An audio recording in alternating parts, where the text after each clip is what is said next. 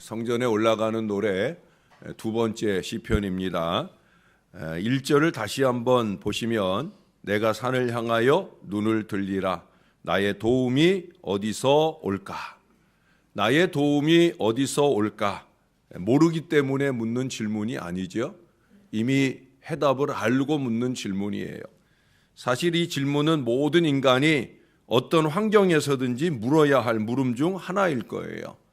그렇다고 하늘은 스스로 돕는 자를 돕는다 하는 이 말을 외면한 자주정신이라고는 하나도 없고 남에게 늘 의지하려는 사람에게만 한정되는 그런 무기력한 무릎은 아닐 거예요.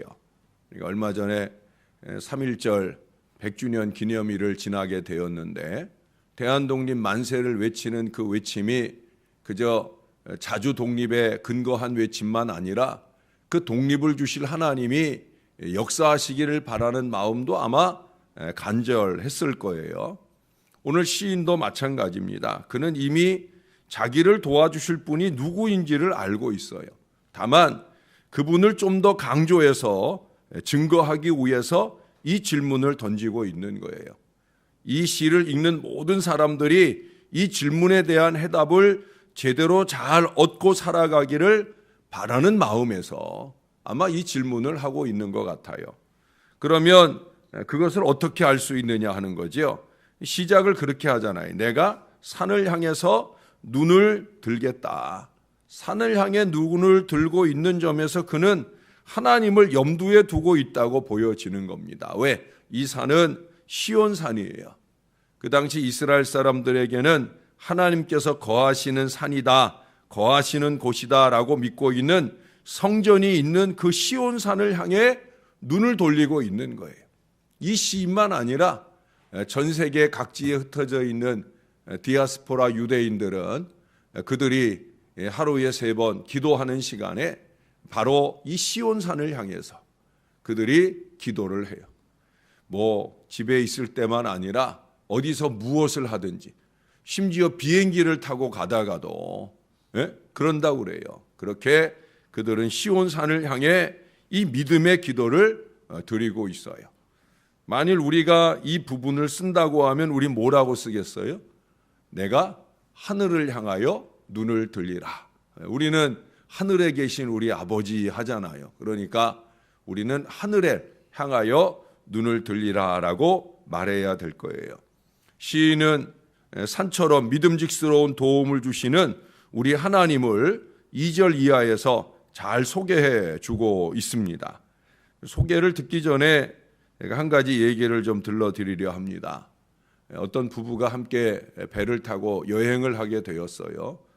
배를 타고 가다 보면 큰 폭풍을 만나게 될 때도 있잖아요. 그 폭풍우 가운데 막 배가 요동을 치고 하니까 그 아내 되는 사람이 크게 공포에 질려 있는 거예요. 그때 그 남편이 자기의 품속에 있는 칼을 꺼내서 그 아내에게 들이대면서 이 칼 무섭소? 하고 물었습니다. 그랬더니 그 아내가 웃으면서 그러는 거예요. 나를 사랑하고 나를 지켜줄 당신의 손 안에 있는 칼인데 내가 뭐가 무섭겠습니까? 하나도 안 무서워요. 그러더라는 겁니다. 그러자 남편이 웃으면서 하는 말이 그렇다면 이 바람과 비도 무서워할 필요가 없어. 비나 바람은 우리를 사랑하시고 지켜주시는 하나님의 손 안에 있는 것이니까 그러니까 조금도 겁낼 필요가 없어 라고 얘기를 하더랍니다. 그래서 그 아내 되는 분이 안심을 하고 그 항해 여정을 이어가게 되었다 하는 그런 얘기입니다.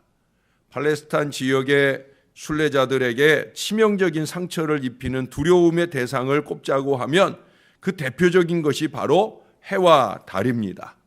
이 121편에서는 하나님의 지키심을 설명하면서 유일한 위협의 존재로 꼽는 것이 바로 이 해와 달을 언급하고 있어요. 6절에 보시면 낮의 해가 너를 상하게 하지 아니하며 밤의 달도 너를 해치지 아니하리로다. 낮의 해의 그 뜨거운 열기가 사람을 죽음으로까지 몰아가는 것은 우리가 이미 잘 아는 사실이에요. 우리도 한여름에 날씨가 무척 더울 때는 열사병의 위험성을 알려주기도 하잖아요. 요즘에 뭐 미세먼지가 심하면 외출을 삼가하라고 하는 것처럼 햇빛이 뜨거우면 외출을 삼가하라고 그래요. 근데 우리 더운 건 더운 게 아니잖아요. 이 팔레스타인 지역에 그 내리쬐는 햇빛에 노출이 되는 시간이 길어지면 그만큼 치명적인 어려움이 될 뿐 아니라 사망에 이르기도 한다는 거예요. 그것은 이 밤의 달도 마찬가지입니다. 근동 지역에서는 그 노천에서 달빛을 맞으며 잠을 자게 되면 아주 심한 현기증 내지 정신 이상에까지 이르게 되고요. 심지어 사망 가능성도 있다는 거예요.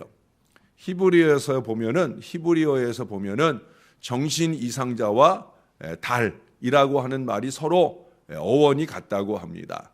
이것은 달 자체의 어려움보다는 낮에는 무척 뜨겁고 밤에는 또 무척 추운 이 일교차에 의한 정신적인 창란 증세를 일으키게 되는 것을 말하게 되어지는 것이기도 합니다. 우리가 여기서 주의할 것은 이런 치명적인 해를 입히는 이 낮의 해와 밤의 달이 없어서는 안 되는 거라는 거죠. 또 하나님의 중요한 창조물의 일부이면서 여행자들에게는 또한 밀접한 것들일 수밖에 없다라고 하는 겁니다. 인생을 사는 우리에게도 때로 이처럼 가장 가까운 존재, 내게 도움을 주는 존재들에 의해서 어려움을 당할 때가 많이 있습니다. 어제도 말씀드린 것처럼 오히려 그것이 더욱더 치명적으로 다가올 때가 많이 있죠. 우리에게 있어서는 가깝고도 먼 나라라고 표현되는 일본도 어쩌면 그런 존재일 거예요. 가깝기 때문에 가장 가까이 지내야 하는데도 불구하고 가장 먼 나라만도 못한 그런 모습들을 그들에게 보고 느낄 때가 많이 있습니다. 그러나 여러분, 우리 하나님은 그런 어려움 가운데서도 우리를 지켜주신다라고 하는, 우리가 기도하는 이유가 무엇입니까? 어제도 말씀드린 대로 제가 이 제단에 오기 전에 여러분들과 함께 길 건너편에서 새벽 제단을 드리고 준비하면서 기도하면서 그렇게 했던 이유도 다른 데 있지 않죠. 결국 하나님이 하실 일이니까. 부족한 종이 이 제단에 와서 이제 5년째 이루고 있는데 뭐 늘 행복하고 좋은 목회의 여정을 갈 수 있는 것도 그렇게 지켜주시는 하나님께 기도로 의지한 비결이 바로 거기에 있다고 저는 확실히 믿습니다. 그렇기 때문에 더 기도하는 거예요. 하나님이 지금 주시는 이 행복과 은혜를 부족한 종의 목회의 여정 내내 누리고 느끼게, 그것이 나만 느끼는 것이 아니라 내가 목양하는 여러분들과 함께 느끼게 되기를 소원하는 마음 때문에 저는 더 무릎을 꿇으려 하는 것입니다. 제가 여러분들에게 한번 들려드리지 않았을까 싶은 얘기예요. 영국의 유명한 청교도 정치가 가운데 크로멜이라고 하는 분이 있습니다. 이분의 신앙적인 일화도 많이 언급이 되어지는데 이분이 아기일 때 얘기예요. 그 어린 아기일 때 이 집이 이제 백작 집안이니까 잘 사는 집이다 보니까 이 아기를 키워주는 보모가 있었어요. 이 보모가 이제 이 아기 크로멜을 구유에 누워놓고 이 아이를 재우고 있었습니다. 아이가 이제 새록새록 잘 잠을 자고 있으니까 이 보모가 잠깐 정신을 팔았어요. 근데 그 집 정원에는 원숭이 한 마리를 놓아서 키우고 있었는데 그만 이 원숭이가 사람들이 아기를 안고 이렇게 흔들어 재우는 걸 보더니 아마 이 원숭이도 그걸 흉내내고 싶었던 모양이에요. 그래서 이 아기를 꺼내서 이렇게 안고 흔드는데 사람들이 깜짝 놀라서 그 원숭이에게서 그 아기를 뺏으려고 달려오니까 이 원숭이가 본능적으로 자기도 모르게 이 아기를 안고 나무 꼭대기로 올라간 거예요. 밑에서 난리가 났지요. 가장 친했고 또 따뜻했고 아이를 재민하게도 했던 그 원숭이가 가장 공포의 대상으로 지금 나무 위에 올라가 있는 거예요. 사람들이 밑에서 막 소리 지르고 난리 납니다.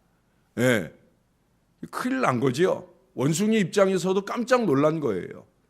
자기는 그럴 의도가 없었는데 자기도 모르는 가운데 큰 어려움에 처하게 된 거예요. 내려가자니 밑에 사람들이 질비하고 막 자기한테 인상을 쓰고 소리를 지르니까 더 무섭고, 그러니 내려가지도 못하고 이 원숭이가 오히려 아기를 안고 더 높은 곳으로 자꾸 올라가는 거예요. 그럴수록 사람들은 더 난리를 칩니다. 그때 이 크로멜의 할아버지가 사람들을 조용히 시켜요. 예? 자, 나 조용히 하고. 예? 지금 이 상황에서 우리가 할 수 있는 일은 딱 하나밖에 없는 것 같다. 기도하자. 예? 하나님께서 맡아서 해결해 주실 것이다. 다 같이 기도하자라고 명령을 했어요. 그리고 다 머리를 숙이는데 꼭 그런 중에 꼭 불평불만하는 사람이 한 사람 있잖아요. 뭘 하나님께 맡겨? 예? 맡기는 지금 원숭이가 맡아가지고 있는데 뭘 하나님께 맡겨? 그러고 투덜거리는 사람도 있어요. 해결은 하나님의 손에 있는데, 하나님이 칼자루를 쥐고 있는데, 여러분 이걸 알고 깨닫는 게 신앙인데, 안타깝게도 신앙의 가문 안에 살고 있는데도 불구하고 그걸 보지 못하는 이 어리석은 사람이 있는 거예요. 그럼에도 불구하고 이 엄하신 신앙의 할아버지의 요청에 모두 다 눈을 감고 고개를 숙입니다. 그리고 하나님께 맡기고 기도합니다. 아내가 잠잠하고 조용해지고 아무도 자기를 보고 있지 않자 원숭이가 어떻게 했겠어요? 슬그머니 내려와 가지고 아기를 땅바닥에 놓고는 다시 또 냅다 나무 위로 올라가 버렸어요. 사람들이 다 기도를 마치고 눈을 떴을 때 아기 크로멜이 바닥에 놓인 것을 보고 어떻게 했겠어요? 예? 원숭이가 내려다 준 것을 원숭이에게 고맙다고 하겠어요? 아니죠. 기도하는 사람은 그 모든 영광을 하나님께 돌리는 줄로 믿습니다. 기도하는 사람은 기도를 믿고요. 기도하는 사람은 그 기도의 응답이 하나님께로서 온 줄을 알기 때문에 그 모든 영광과 감사를 하나님께 올려드리는 거예요. 그렇게 하나님께 영광과 감사를 드렸답니다. 여러분, 사건 자체에서 눈을 떼고 오히려 그 눈을 우리를 도우시는 우리 하나님을 향해 두는 거예요. 그리고 그 하나님의 도우심을 바라는 거예요. 그것이 더 문제 해결의 지름길이 된다는 사실을 여러분 잊지 마시기를 바랍니다. 상황과 환경이 어려울수록 하나님을 향한 시선을 놓치기가 쉽습니다. 그럴 때마다 제가 여러분들에게 자주 불러드렸던 그 찬양을 기억하셔요. 지난 금요일 저녁에 첫 찬양으로 우리가 부르기도 했는데, 예? 하나님께로 더 가까이 갑니다. 고통 가운데 계신 주님, 변함없는 주님의 크신 사랑, 영원히 주님만을. 갑자기 생각이 안 나네요. 예. 어떻든지 간에 하나님께로 더 가까이 가는 거예요. 그것이 저의 승리하는 목회의 비결입니다. 여러분들의 권하고 싶은 승리하는 신앙의 비결이기도 해요. 하나님께로 더 가까이 가셔요. 여러분들의 시선을 하나님께 두고 그분을 바라보셔요. 상황에 매이고 환경에 매이면 절대 해결이 안 돼요. 하나님께로 더 가까이 가는 게 저와 여러분의 길이라는 거예요.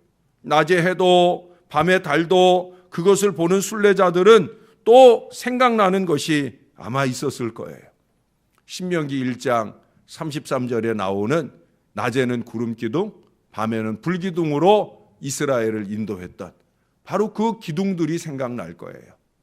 제가 여러분들에게도 말씀드렸었어요. 이 구름 기둥, 불 기둥이라는 것은 인도와 보호의 의미를 가지고 있다.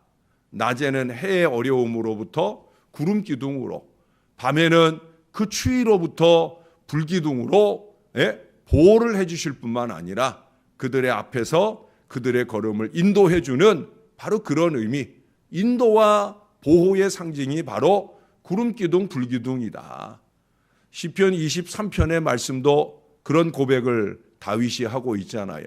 내가 사망의 음침한 골짜기를 다닐지라도 해 받음을 두려워하지 않을 것은 주의 지팡이와 막대기가 나를 안위하심이라.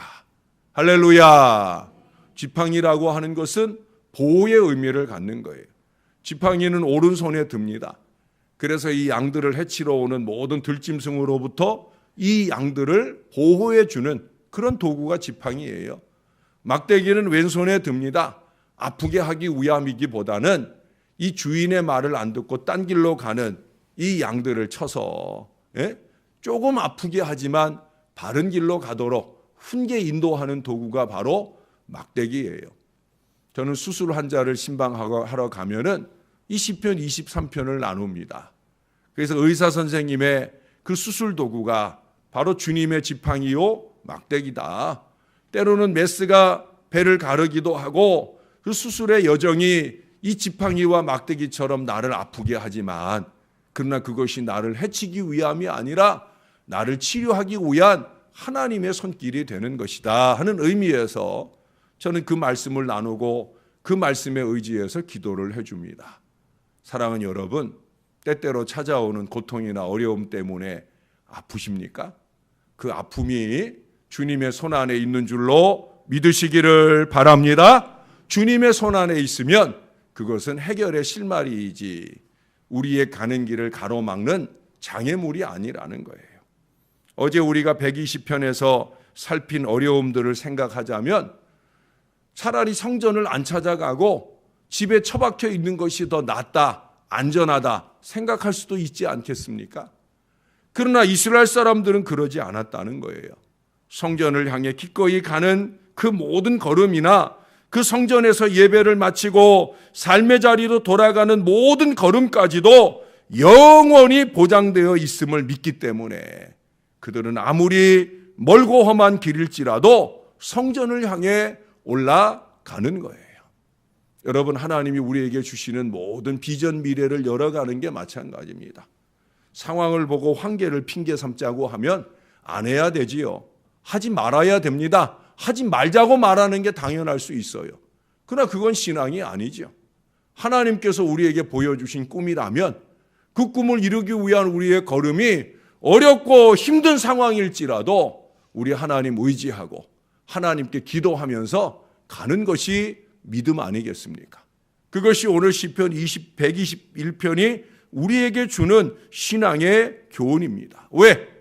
이스라엘을 지키고 도우신 하나님이 동일하게 우리를 지켜주시는 분이기 때문에 우리가 졸음에 헤매이는 이 새벽 시간까지도 하나님은 졸지도 주무시지도 아니하시고 우리를 돌보시기 원하시는 하나님이시라는 거예요. 그 하나님께 눈을 들고 도움을 청하시는 저와 여러분들이 되시기를 바랍니다. 우리를 실족하지 않게 하시려는 우리 하나님의 인도와 보호의 기둥이 지팡이와 막대기가 반드시 우리를 안위해 주실 거예요. 우리의 평생의 주의 선하심과 인자하심이 우리를 따라다니는 놀라운 은혜와 사랑이 우리와 함께 할 줄로 믿습니다. 이제 내일부터 사순절 은혜 여정이 시작하는데 개인적으로 한 끼 정도야 쉬운 걸음일 수 있죠.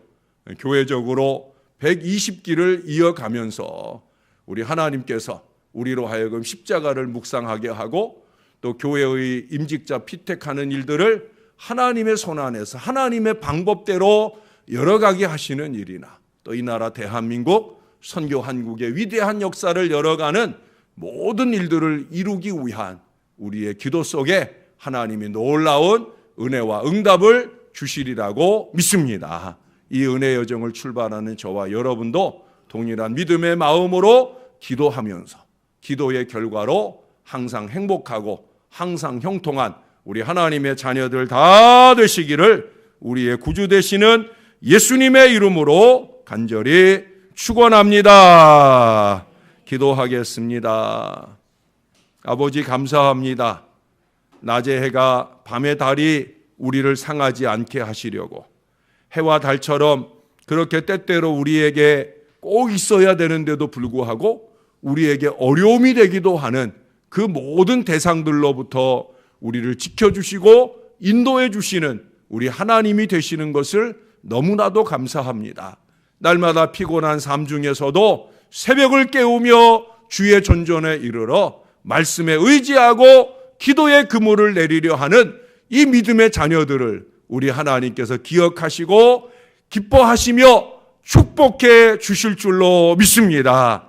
기도는 기이한 도우심이다 라는 말을 늘 기억하면서 하나님으로부터 오는 그 기이한 도우심을 바라며 늘 기도하기를 쉬지 아니하는 하나님의 자녀들 다 되게 도와주옵소서. 우리가 하나님의 도움을 바라고 하나님을 바라보기 전에 하나님은 이미 우리를 주목해 바라보시며 크신 은혜와 응답과 역사를 주시기 원하시는 분이 그것을 기억하고 늘 하나님께 기도하기를 쉬지 아니하는 하나님의 자녀들이 다 되게 하여 주옵소서.